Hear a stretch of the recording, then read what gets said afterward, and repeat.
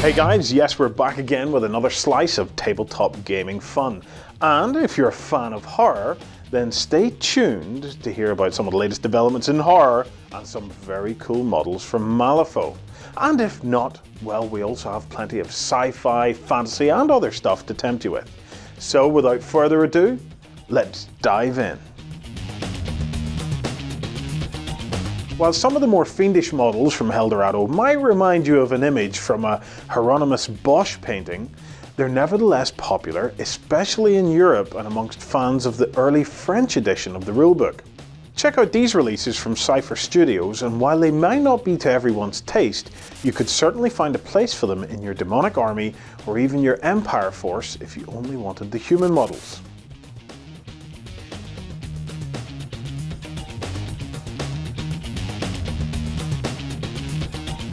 The fearsome Basilisk may be able to strike down a hero with a glance, but here's one that's been rendered in resin by Warhammer Forge.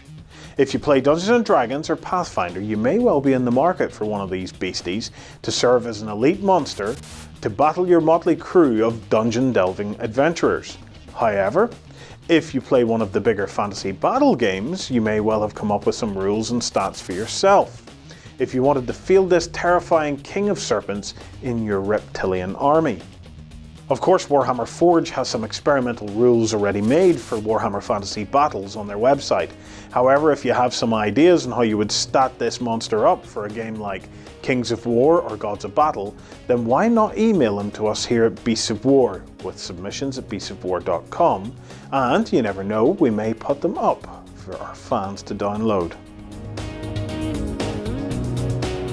The board game Dust Tactics in its new tabletop version Dust Warfare are about to get some Soviet blood added to the current Allied and Axis factions. The Soviets will come with their own mechanized walkers, troops and command squad, and there are even some really cool Soviet heroes to give your troops some extra punch. Not to be outdone, the Axis and Allies have also received new boxes of command and hero models, perfect for holding the line against that new Red Army.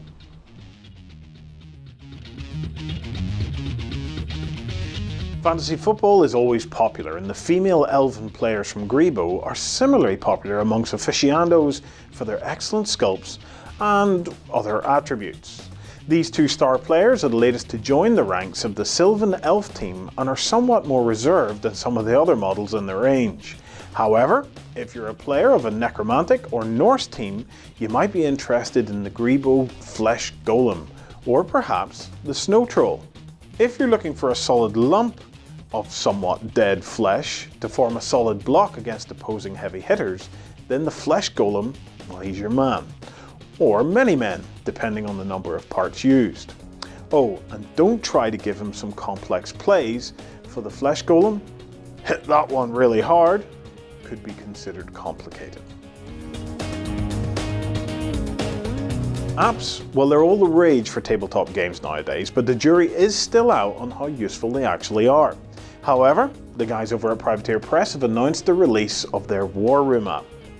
The War Room will have access to all the up-to-date stat cards and force-building technology at the stroke, well, of a touchscreen.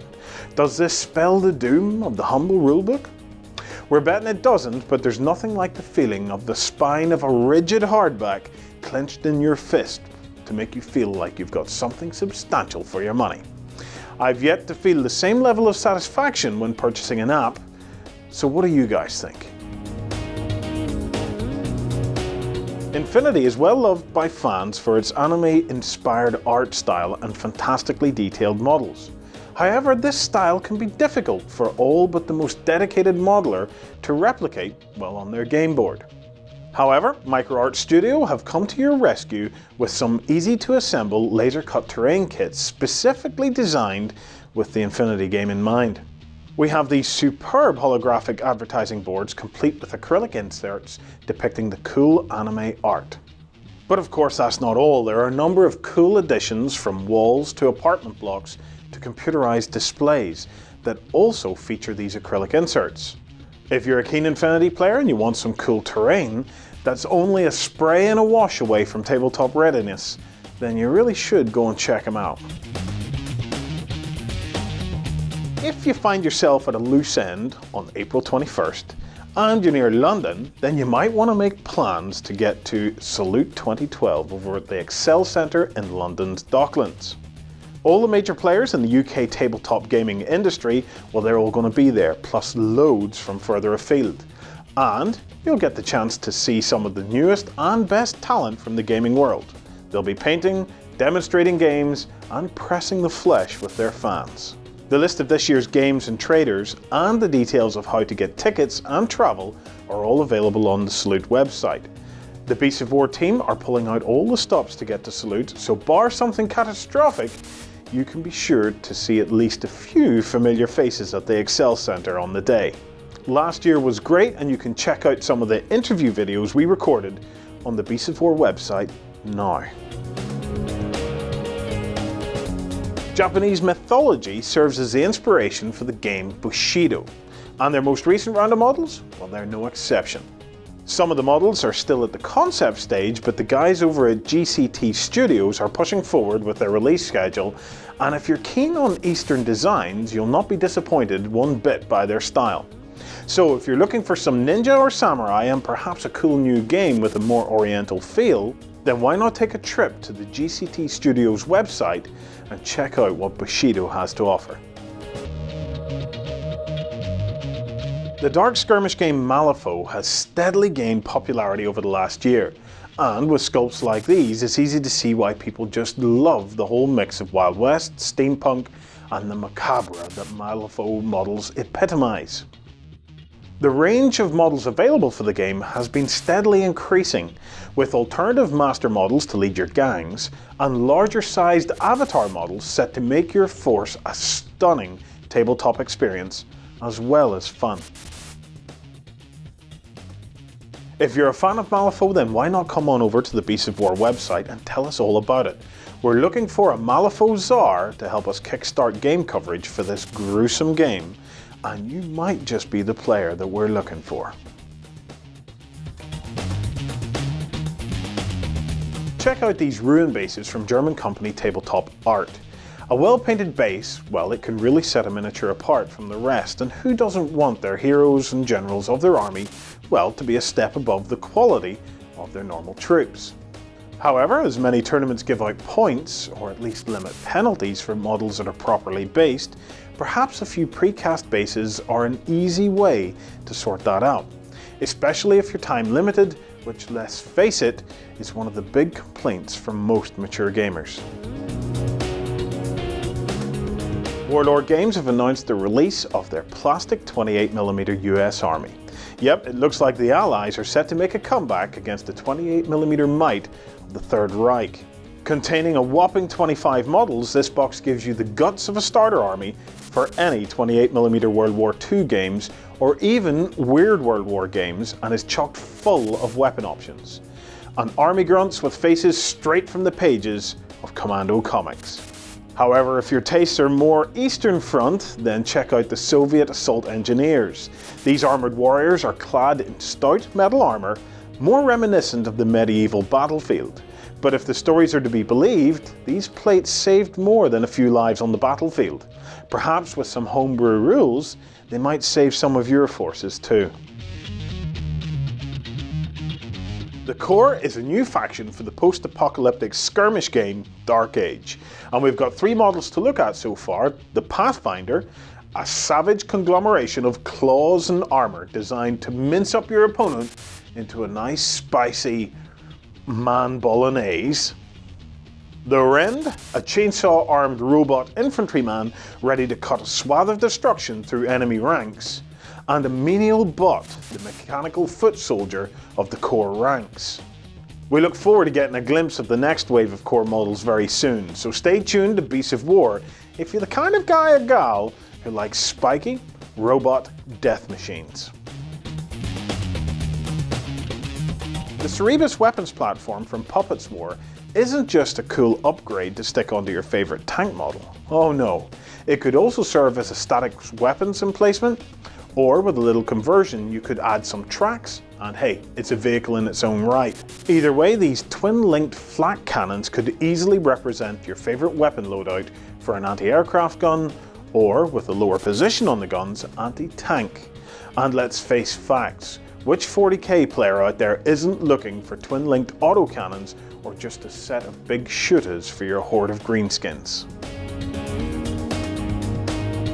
Check out this fantastic new plastic kit from Fireforge Games. These are the Teutonic Knights, formed to escort and aid pilgrims on their trips to the Holy Lands. These models could easily represent a more fantasy-based knightly order, and as they're plastic, you could even mix and match them with some other plastic sci-fi kits to produce some really cool cavalry. Can anyone say Black Templars? If you've been following our How to Play Infinity guide, then guess what? Yes, part 3 is here this week. So, get a load of this. In this video, we're going to highlight a decisive factor in battles, the modifiers. The first modifier we're going to talk about is range. Depending on how far away our target is, the accuracy of your weapon will provide modifiers to our ballistic skill value. Let's see it in a game. Here we have a Halka and a Line Kazakh.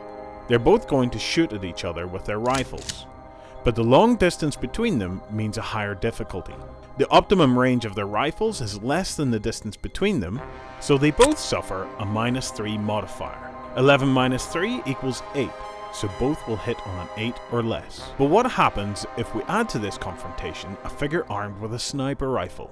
The Jambazan sniper has a ballistic skill of 12, and at this range with his sniper rifle, he has a +3 modifier as the distance is favourable to him. This means that while a Line Kazakh with a rifle needs to get a dice roll of 8 or less, the Jambazan needs to roll a 15 or less. We roll the dice and the Jambazan gets 7 and 13, while a Line Kazakh rolls a 5, which is nullified, so he must perform 2 ARM rolls. The Line Kazakh fails both rolls, so he passes directly to the death state. The next modifier we're going to talk about is cover. A covered status grants a positive modifier to our armor and a negative modifier to the ballistic skill value of those trying to shoot us. Cover. A Halka in this active turn plans to assault a placement defended by a Line Kazakh. The active player makes his Halka figure advance to attack the enemy Kazakh, but the Line Kazakh is in base contact with cover, which causes a -3 modifier to the Halka's ballistic skill roll.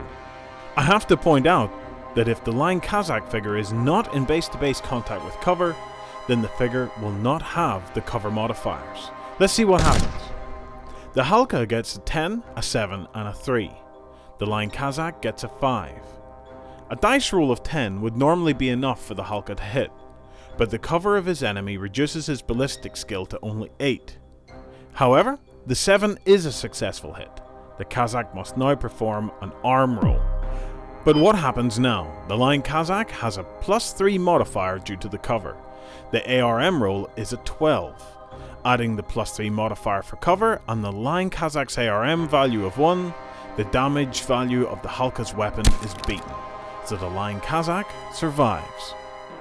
Taking these modifiers into consideration, Infinity troops will act as real soldiers, searching for cover and taking advantage of the optimal ranges in a tactical manner. Interesting as always, and remember to stay tuned for other episodes in that series.